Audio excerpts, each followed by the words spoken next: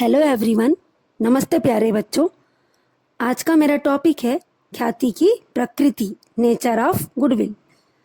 अन्य संपत्तियों की भांति ख्याति भी व्यापार की एक संपत्ति होती है, क्योंकि यह व्यापार के लाभ को बढ़ाने में सहायक होती है। ख्याति कैसी संपत्ति है, इस बारे में विद्वानों के मत अलग अलग हैं। पहला, ख्याति एक संपत्ति है। Goodwill is an asset. ख्याति व्यापार की एक स्थायी संपत्ति है, क्योंकि वह भी अन्य संपत्तियों की भांति लाभ कमाने में सहायक होती है और लाभ में वृद्धि भी करती है। एक बार व्यापार की प्रसिद्धि होने के बाद फर्म की प्रतिष्ठा हमेशा बढ़ती ही रहती है, जब तक कि व्यापार में कोई अप्रिय घटना ना घटे।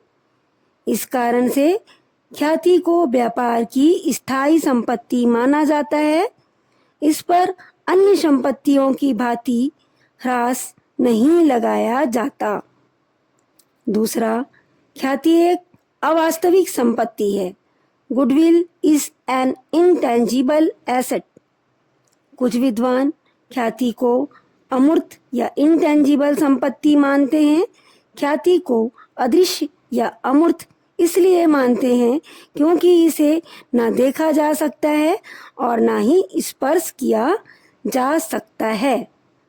जहाँ तक कि इसके अदृश्य या अमूर्त होने का प्रश्न है, वस्तुतः यह अमूर्त है और इसका कोई अस्तित्व नहीं है।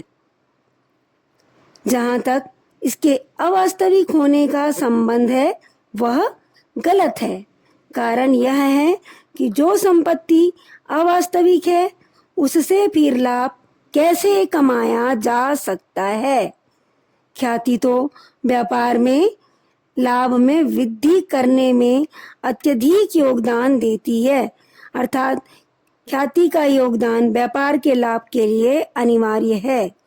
अतः इसे अवास्तविक संपत्ति मानना अनुचित होगा। तीसरा, ख्याति एक विक्रय योग्य संपत्ति है। ख्याति को कुछ विद्वान विक्रय योग्य संपत्ति भी मानते हैं। अगर ख्याति का स्वभाव बिल्ली के स्वभाव का है या बिल्ली के स्वभाव के समान है, यानी ख्याति व्यापार के साथ जुड़ी है, ना कि व्यापारी के साथ जुड़ी है, तो इसको व्यापारी से अलग विक्रय नहीं किया जा सकता। बच्चों, ख्याति के स्वभाव के बारे में या प्रकार के बारे में मैं आगे बताऊंगी कि बिल्ली का स्वभाव क्या है, कुत्ता का स्वभाव क्या है, आगे टॉपिक पर आपसे शेयर करूंगी।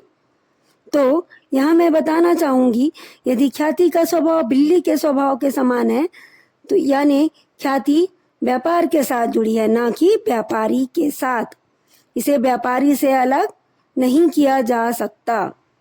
लेकिन अगर यह कुत्ते के स्वभाव वाली ख्याति है, अर्थात स्वामी की कार्य कुशलतावश अथवा सद्व्यवहार से संबंधित हो, तब यह बाजार में नहीं बेची जा सकती। फर्म की ख्याति पुरानी होने से नहीं घटती, इसलिए ख्याति पर ह्रास नहीं लगाया जाता। अगला पॉइंट है, कृत्रिम संपत्ति नहीं है। ख्याति को कृत्रिम संपत्ति नहीं कहा जा सकता। अगला, मूल्यवान संपत्ति। ख्याति एक मूल्यवान संपत्ति है, जबकि फर्म को लाभ हो रहा हो। जब फर्म को हानि हो रहा है तो ख्याति मूल्यहीन हो जाता है, अर्थात लाभ की दशा में ख्याति एक मूल्यवान संपत्ति है और फर्म को हानि होने की दशा में ख्याति मूल्यहीन मानी जाती है। अगला पॉइंट, पुस्तकों में लेखांकन प्रमाण 26 के अनुसार ख्याति का लेखा पुस्तकों में तभी करना चाहिए जब इसके लिए प्रतिफल चुकाया गया हो, अर्थात फर्म द्वारा स्व अर्जित ख्याति का लेखा कभी भी पुस्तकों में नहीं किया जाता है। बच्चों, अब मैं अगले टॉपिक पर ख्याति के प्रकार या उसके स्वभाव के बारे में बताऊंगी।